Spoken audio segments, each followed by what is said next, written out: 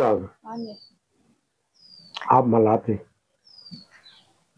ఇది ఇప్పుడే ఫ్రెష్గా ఎర్లీ మార్నింగే తెంపాము. తోటకూర దీంట్లో ఇక కొంచెము ఉత్తరేణి, కొంచెం చెంచెల కూర. ఇది చెంచెల కూర. ఇంకో ఇది తోటకూర ఇది పెరుగు తోటకూర. ఇదేమో కొంచెం మునగాకు. మళ్ళీ దీంట్లోనే ఇదిగో ఉత్తరేణి. ఇది ఉత్తరేణి. ఇంకా పిండిపూత కూడా తెంపాము అనమాట. మా ఇంట్లోనే ఇవి మేము వెళ్ళాయి. మా ఇంట్లోనే ప్లేస్ పెద్దగా ఉంది కదా, అందుకనే వెళ్ళినాయి. తోటకూర, ఉత్తరేణి, పిండిపూత కూర, మునగాకు, చెంచెల కూర. ఇన్ని కూరలు అంటే ఆకుకూరలు అన్ని కలిపి వండుకోవచ్చు.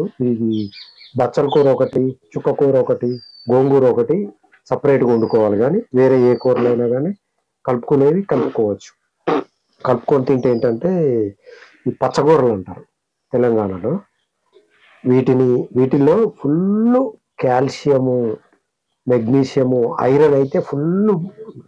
మనము కింటాల్ పళ్ళు తిన్నా కానీ అంతగా బ్లడ్ రాదు. కానీ ఆకుకూరలు ఎక్కువ తీసుకొని మన సి విటమిన్ ఎక్కువ వచ్చే ఆ పండ్ల జ్యూసులు, పండ్లు బాగా తింటే సిట్రస్ ఫ్రూట్స్ ఫుల్ బ్లడ్ వస్తుంది. మామూలు బ్లడ్ కాదు. ఇది పెద్ద జబ్బా. కాబట్టి దీంట్లో ఒక ఆకు కొద్దిగా అనిపిస్తుంది. కానీ ఈ ఆకును తెంపడానికి మాకు 1.5 గంట పట్టింది మహావీర్కి నాకు. కానీ ఆకుకూరలు ఇట్లా ఫ్రెష్ ఇవి మేము దీంట్లో ఆర్గానిక్గా పండినాయి. ఏమాత్రం కెమికల్ కానీ పెస్టిసైడ్స్ కానీ ఏది వేయలేదు. మా ఇంట్లో స్వచ్ఛంగా. అబ్బా ఎంత అదృష్టమో కదా మహావీర్.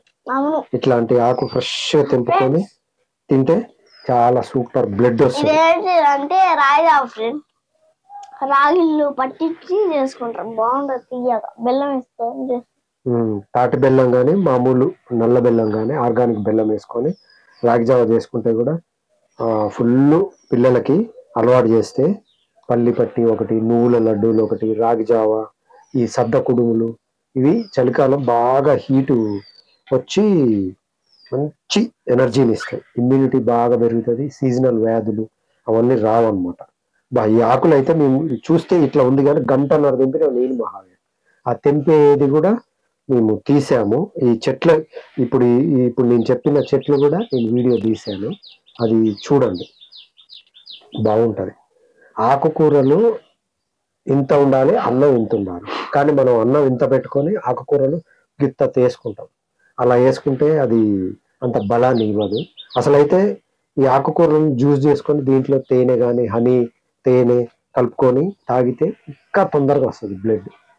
ఎందుకంటే అందులో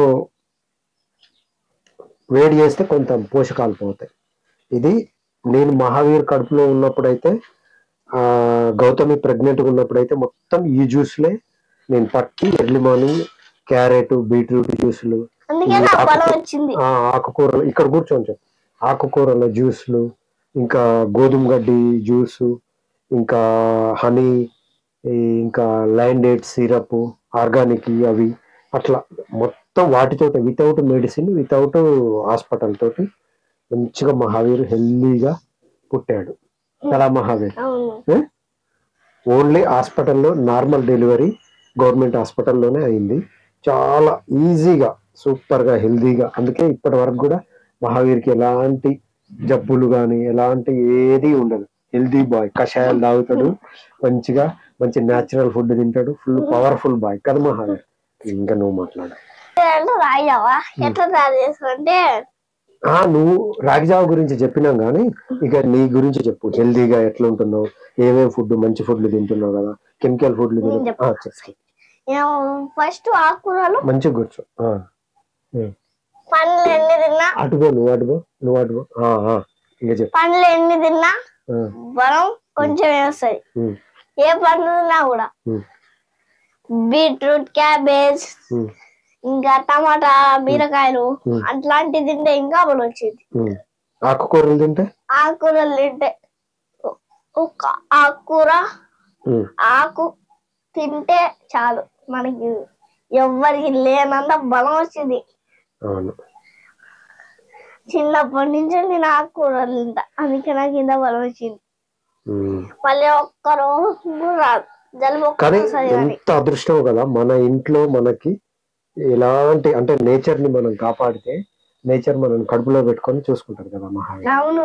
నేచర్ ని డిస్టర్బ్ చేస్తే ఇక మనం కూడా ఫుల్ మనశ్శాంతికరమై అనారోగ్యం పాలై ఆగమాగమై హాస్పిటల్ కి డబ్బులు పెడుతూ ఒక్కొక్కసారి అశాంతికరమై శాంతికరమై ఓకే ఓకే ఓకే ఓకే ఇంత ఒక్కొక్కసారి భూకంపాలు సుడిగుండాలు పెద్ద పెద్ద వచ్చి సునామీలు వచ్చి గుండంగా తిరుగుతూనే పోతారు భూచక్రం దాకా.